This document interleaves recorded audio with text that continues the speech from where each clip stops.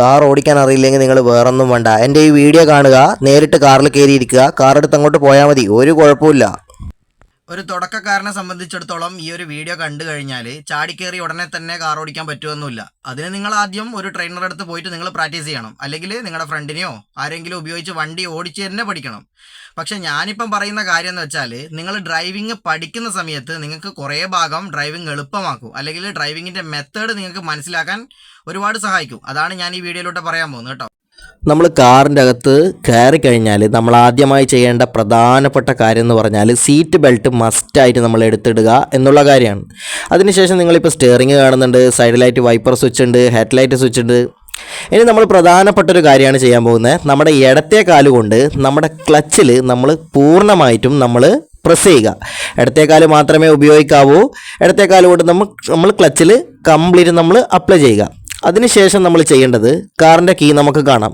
ഈ ഒരു കീ നമ്മളിങ്ങനെ റൈറ്റിലോട്ട് നമ്മൾ അടിക്കുകയാണ് ചെയ്യേണ്ടത്. അങ്ങനെ അടിച്ചു കഴിഞ്ഞാൽ എന്താവും, കാർ വളരെ സിമ്പിളായിട്ട് സ്റ്റാർട്ടാവും.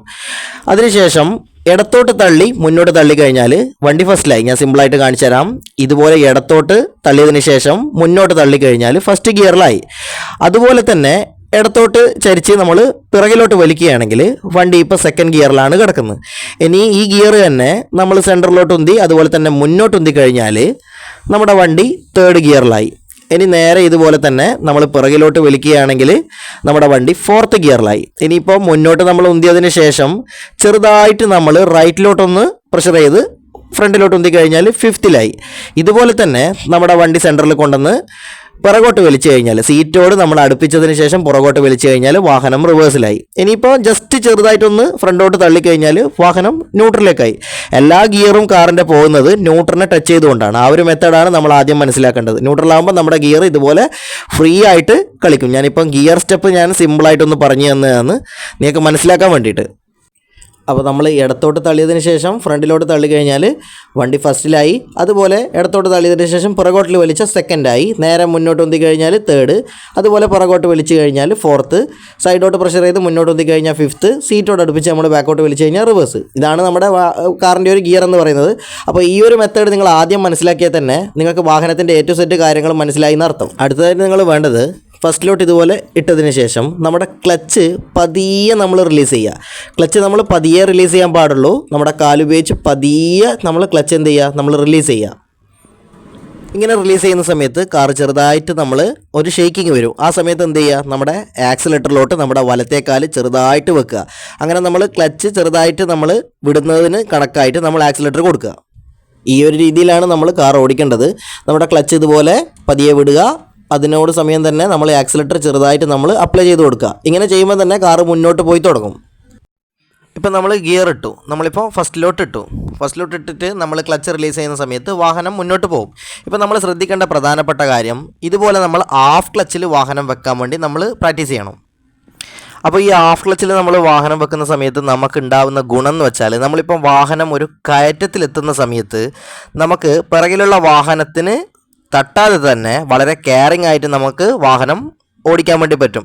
നമ്മളിപ്പോൾ ഒരു ബ്ലോക്കിൽ നമ്മൾ കെണിഞ്ഞ് നിൽക്കുന്ന സമയത്ത്, അതായത് ചിലപ്പോൾ ഒരു കയറ്റമായിരിക്കാം, ആ കയറ്റത്തിലുള്ള സമയത്ത് നമുക്ക് ഹാഫ് ക്ലച്ചിൽ നമുക്ക് വാഹനം നിർത്താൻ അറിയില്ല എങ്കിൽ പിറകിലുള്ള വാഹനങ്ങൾക്ക് തട്ടുകയും ചിലപ്പോൾ അവരുമായിട്ട് വലിയൊരു പ്രശ്നം ഉണ്ടാവുകയും നിങ്ങൾ ഒരുപാട് പൈസ ചിലവാക്കേണ്ട അവസ്ഥയും വരും. ഭൂരിപക്ഷം ഡ്രൈവിംഗ് സ്കൂളുകളും പഠിപ്പിക്കാത്തൊരു കാര്യമാണ് ഈ പറഞ്ഞ കാര്യം. അപ്പോൾ ഈ ഒരു കാര്യം നിങ്ങൾ പ്രധാനമായിട്ടും ശ്രദ്ധിക്കണം. ഡ്രൈവിംഗ് സ്കൂളിൽ പരമാവധി പഠിപ്പിക്കുന്നത് നമ്മുടെ ഗ്രൗണ്ടിൽ നിന്ന് ഓടിക്കാനും അതുപോലെ തന്നെ അത് മുഖാന്തരം ഒരു ലൈസൻസ് നിങ്ങൾക്ക് എടുത്തു തരികയാണ് അവർ ചെയ്യുന്നത്. പക്ഷേ ഈ ഒരു കാര്യം നിങ്ങൾ ലൈഫിൽ നിങ്ങൾ ഡ്രൈവിങ്ങിൽ ശ്രദ്ധിക്കുകയാണെങ്കിൽ നിങ്ങൾക്ക് കംഫർട്ടായിട്ട് നിങ്ങൾക്ക് എവിടെയും ഡ്രൈവിങ് ചെയ്യാൻ വേണ്ടിയിട്ട് പറ്റുള്ളൂ. അപ്പോൾ ഹാഫ് ക്ലച്ചിൽ നമ്മൾ പിടിക്കുന്ന സമയത്ത്, ക്ലച്ച് ഫസ്റ്റിലിട്ടതിന് ശേഷം ക്ലച്ച് നമ്മൾ പതിയെ റിലീസ് ചെയ്യുന്ന സമയത്ത് വണ്ടിക്കൊരു വൈബ്രേഷൻ വരും. നമ്മുടെ വണ്ടിക്ക് ആ ഒരു വൈബ്രേഷൻ വരുന്ന സമയത്ത് നമ്മൾ സ്റ്റോപ്പ് ചെയ്യുകയാണെങ്കിൽ കറക്റ്റായിട്ട് ക്ലച്ചിൽ തന്നെ വാഹനം കയറ്റത്തിൽ നിൽക്കും. ശേഷം നമ്മൾ കാലെടുത്ത് ആക്സിലേറ്ററിലോട്ട് നമ്മൾ വെക്കുക.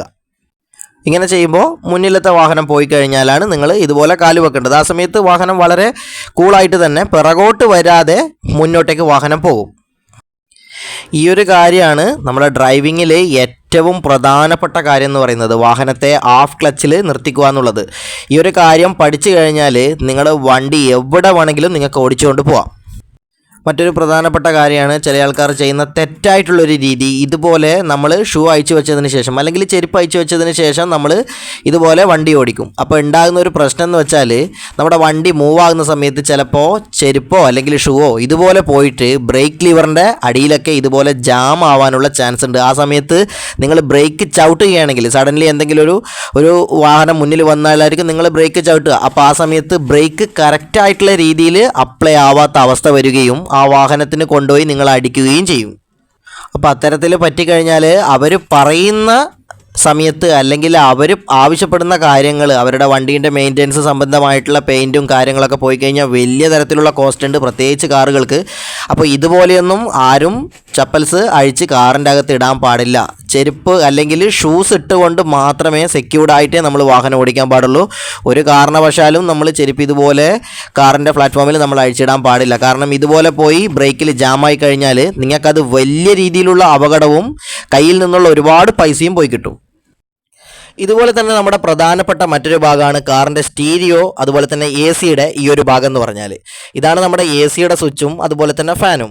പല ആൾക്കാർക്കുള്ളൊരു ഡൗട്ട് എന്ന് പറഞ്ഞാൽ നമ്മൾ ഫാൻ ഓഫ് ചെയ്യണോ അതുപോലെ തന്നെ എ സിയുടെ സ്വിച്ച് ഓഫ് ചെയ്യണോ എന്നാണ്. ഇതിൽ രണ്ട് രീതിക്ക് നിങ്ങൾ ഓഫ് ചെയ്താലും യാതൊരുവിധ കുഴപ്പമില്ല. അപ്പോൾ ഈ കാണുന്നതെന്ന് പറഞ്ഞാൽ നമ്മുടെ എ സിക്ക് നമ്മൾ പുറത്ത് നിന്ന് എയർ വലിക്കുന്ന രീതിയാണ്. അതുപോലെ തന്നെ ഈ ഒരു സംഭവം താഴ്ത്തി കഴിഞ്ഞാൽ നമ്മുടെ കാറിൻ്റെ അകത്തുള്ള എയർ തന്നെ സറൗണ്ട് ചെയ്യുന്ന രീതിയാണ് ഈ കാണുന്ന താഴെയുള്ള സ്വിച്ച്. ഇനിയിപ്പോൾ നമ്മൾ ഈ കാണുന്ന സ്വിച്ച് എന്ന് പറഞ്ഞാൽ നമ്മൾ കൂളിങ്ങും അതുപോലെ തന്നെ ഹീറ്റിങ്ങും കൺട്രോൾ ചെയ്യുന്ന ആ ഒരു പാനലാണ് ഈ കാണുന്നത്. ഇതിൻ്റെ മുകളിലായിട്ട് വരുന്നത് നമ്മുടെ എ സി നമ്മുടെ ഫേസിലോട്ട് അടിക്കുന്ന രീതിയിൽ ഇടുന്ന ഒരു മെത്തേഡാണ് ഇത്. രണ്ടാമത്തേതെന്ന് പറഞ്ഞാൽ നമ്മുടെ കാലിലോട്ടും അതുപോലെ തന്നെ ഫേസിലോട്ടും അടിക്കുന്ന ഒരു രീതിയാണ്. മൂന്നാമത്തേതെന്ന് പറഞ്ഞാൽ നമ്മുടെ കാലിലോട്ട് മാത്രമായിട്ട് അടിക്കുന്ന രീതി. നാലാമത്തേത് നമ്മുടെ വിൻഡ് സ്ക്രീനിലോട്ടും അതുപോലെ തന്നെ നമ്മുടെ കാലിലോട്ടും അടിക്കുന്നത്. ഇനി അഞ്ചാമത്തേതെന്ന് പറഞ്ഞാൽ നമ്മുടെ വിൻഡ് സ്ക്രീനിലോട്ട് മാത്രമായിട്ട് അടിക്കുന്ന ഒരു രീതിയാണ്. ഈ ഒരു രീതി ഉപയോഗിക്കുന്നത് പൂർണ്ണമായിട്ടും മഴക്കാലത്ത് മാത്രമാണ് അത്യാവശ്യം. മഴക്കാലത്തും അതുപോലെ തന്നെ മഞ്ഞിൻ്റെ സാന്നിധ്യമുള്ള സമയത്തൊക്കെ നമ്മുടെ ഗ്ലാസ്സിൽ നമ്മൾ ഫോഗ് ക്രിയേറ്റ് ആവാറുണ്ട്, അതായത് മിസ്റ്റ് ക്രിയേറ്റ് ആവാറുണ്ട്. ഈ മിസ്റ്റിനെ നമ്മൾ ഒഴിവാക്കാൻ വേണ്ടിയിട്ടാണ് നമ്മൾ ഈ പറഞ്ഞ മെത്തേഡ് നമ്മൾ ഉപയോഗിക്കുന്നത്. ആ സമയത്ത് നമ്മൾ ഈ പറഞ്ഞ മുകളിൽ നിന്ന്, അതായത് മുകളിലുള്ള സ്വിച്ച് എന്ന് പറഞ്ഞാൽ കാറിൻ്റെ പുറത്ത് നിന്ന് നമ്മുടെ അകത്തോട്ട് എയർ എടുക്കുന്ന രീതിയിലാണ് നമ്മൾ ഇടാറ് ഈ പറയുന്ന മഴയുള്ള സമയത്ത്. ആ രീതിയിലും ചെയ്ത് അതുപോലെ തന്നെ നമ്മൾ ഈ പറയുന്ന വിൻഡ് സ്ക്രീനിലോട്ടും നമ്മൾ എ സി പാസ് ചെയ്യുന്ന സമയത്ത് നമ്മുടെ കാറിൻ്റെ മിസ്റ്റുകൾ, നമ്മുടെ ഗ്ലാസ്സിലുള്ള മിസ്റ്റ് പൂർണ്ണമായിട്ടും ഒഴിവാകുകയും നമുക്ക് കംഫർട്ടായ രീതിയിൽ കാറ് നമുക്ക് ഓടിച്ചു പോകാൻ പറ്റുകയും ചെയ്യും. ഈ എ സി എന്ന് പറയുന്ന പാർട്ട് എന്ന് പറഞ്ഞാൽ ഞാൻ ഇപ്പോൾ പറഞ്ഞ രീതിക്കാണ് നിങ്ങൾ ഉപയോഗിക്കേണ്ടത്. ഈ ഒരു രീതിക്ക് ഉപയോഗിച്ച് കഴിഞ്ഞാൽ മാത്രമേ നമുക്കറിയാം കാറിൽ നമ്മൾ എ സി കംഫർട്ടായിട്ട് വർക്ക് ചെയ്താൽ മാത്രമേ നമുക്ക് പ്രോപ്പറായിട്ട് നമുക്ക് ഡ്രൈവ് ചെയ്യാൻ പറ്റുള്ളൂ. അല്ലാത്ത രീതിയിൽ നിങ്ങൾക്ക് ഒരു കംഫർട്ടായിട്ടുള്ളൊരു ഡ്രൈവിങ് നിങ്ങൾക്ക് ഒരിക്കലും പറ്റില്ല. അപ്പോൾ ഞാൻ ഇപ്പം പറഞ്ഞു തന്ന പോലെ ഈ ഒരു മെത്തേഡിലാണ് നിങ്ങൾ എ സി ഉപയോഗിക്കേണ്ടത്.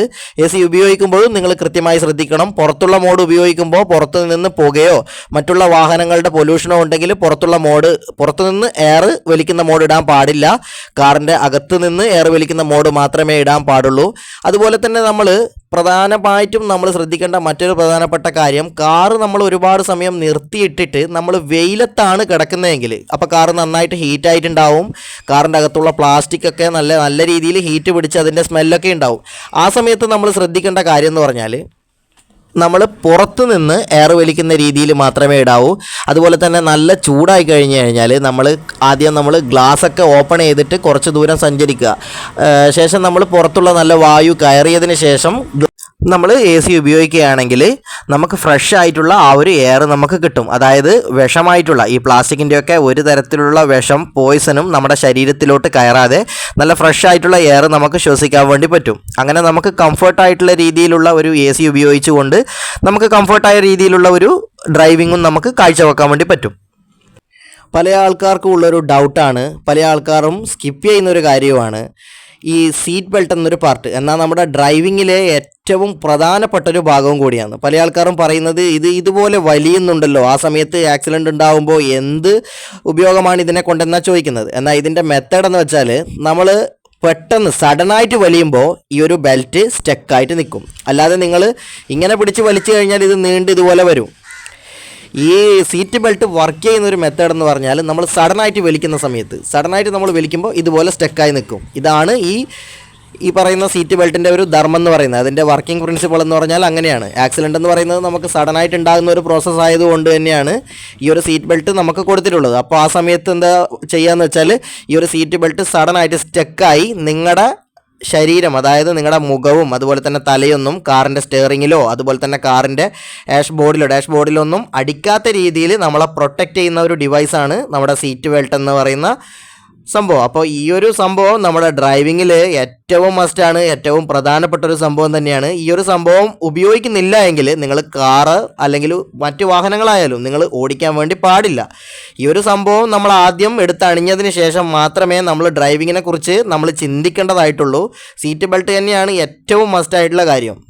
അപ്പോൾ അത് ഇട്ടുകൊണ്ട് എല്ലാവരും കംഫർട്ടായിട്ട് മാത്രം ഡ്രൈവിങ് ചെയ്യുക. സേഫ്റ്റിയാണ് നമ്മുടെ ഏറ്റവും മസ്റ്റായിട്ടുള്ള കാര്യം. മാനുവലായിട്ടുള്ള വാഹനം ഉപയോഗിക്കുന്ന ഭൂരിപക്ഷ ആളും നേരിടുന്ന പ്രശ്നമാണിത്. ഇത് പല ഡ്രൈവിംഗ് സ്കൂളിൽ നിന്ന് തന്നെ പഠിപ്പിക്കുന്നില്ല എന്നാണ് എൻ്റെ ഒരു പേഴ്സണൽ ആയിട്ടുള്ള ഒരു അഭിപ്രായം എന്ന് പറഞ്ഞാൽ. അതായത് നമ്മുടെ ഈ ക്ലച്ച് അവർക്ക് കറക്റ്റായ രീതിയിൽ അഡ്ജസ്റ്റ് ചെയ്യാൻ അറിയില്ല. ഒരു കയറ്റത്തിൽ വണ്ടി നിൽക്കുന്ന സമയത്ത് പിറകിലുള്ള വാഹനത്തിന് നമ്മൾ തട്ടാതെ നമ്മൾ എങ്ങനെ മുന്നോട്ടെടുക്കാന്നുള്ള രീതി പല ഡ്രൈവിംഗ് സ്കൂളുകാരും അവർ പഠിപ്പിക്കുന്നില്ല. അവർ ഡയറക്റ്റ് എന്താ ചെയ്യുക, ചെറിയൊരു ഗ്രൗണ്ടിൽ പോയി പ്രാക്ടീസ് ചെയ്തതിന് ശേഷം റോഡ് ടെസ്റ്റ് നടത്തി നിങ്ങൾക്ക് ലൈസൻസ് അങ്ങോട്ട് പാസ്സാക്കി തരുന്നു. എന്നാൽ അതല്ല കാര്യം എന്ന് വെച്ചാൽ, നിങ്ങൾ ഒരു കയറ്റത്തിൽ, അതായത് മാനുവൽ വാഹനങ്ങൾക്ക് നേരിടുന്ന ഏറ്റവും വലിയ പ്രശ്നം എന്ന് പറഞ്ഞാൽ, നമ്മൾ കയറ്റത്തിൽ നമ്മൾ ക്ലച്ചിൽ, അതായത് ഹാഫ് ക്ലച്ചിൽ നിർത്തിക്കുക എന്നുള്ളതാണ് വാഹനത്തിൻ്റെ ഏറ്റവും വലിയ പ്രത്യേകത. നിങ്ങളിപ്പോൾ റോഡിൽ നോക്കിയിട്ടുണ്ടാവും, ഒരുപാട് കയറ്റം വരുന്ന സമയത്ത് നിങ്ങളുടെ തൊട്ട് പുറകിലായിട്ട് വണ്ടി ഉണ്ടാവും. അപ്പോൾ നിങ്ങളുടെ കാലിൽ നിന്ന്, അതായത് നിങ്ങൾ ക്ലച്ച് നിങ്ങൾ അഡ്ജസ്റ്റ് ചെയ്യുന്നത് കറക്റ്റ് അല്ല എങ്കിൽ നിങ്ങളുടെ വാഹനം പുറകോട്ട് വരികയും അതുപോലെ തന്നെ മറ്റുള്ള വാഹനത്തിന് അത് തട്ടാനും ഇടയാവും. അപ്പോൾ ആ സമയത്ത് നിങ്ങളും അവരും തമ്മിൽ ഒരു വർത്തമാനം ഉണ്ടായി വെറുതെ രണ്ടാൾക്കാരുടെ സമയവും പോവും. ചിലപ്പോൾ അവരുടെ വണ്ടിക്ക് എന്തെങ്കിലും പരിക്കുണ്ടെങ്കിൽ നിങ്ങളത് പരിഹരിച്ച് കൊടുക്കേണ്ടിയും വരും. അപ്പോൾ അത്തരത്തിലുള്ള കാര്യം ഞാനിപ്പോൾ ഈ പറഞ്ഞു തന്ന കാര്യങ്ങൾ നിങ്ങൾ കറക്റ്റായിട്ട് ഫോളോ ചെയ്യുകയാണെങ്കിൽ നിങ്ങൾക്ക് അതുപോലുള്ള യാതൊരുവിധ പ്രശ്നവും ഇല്ലാണ്ട് നിങ്ങൾക്കത് അഡ്ജസ്റ്റ് ചെയ്ത് പോകാവുന്നതാണ്.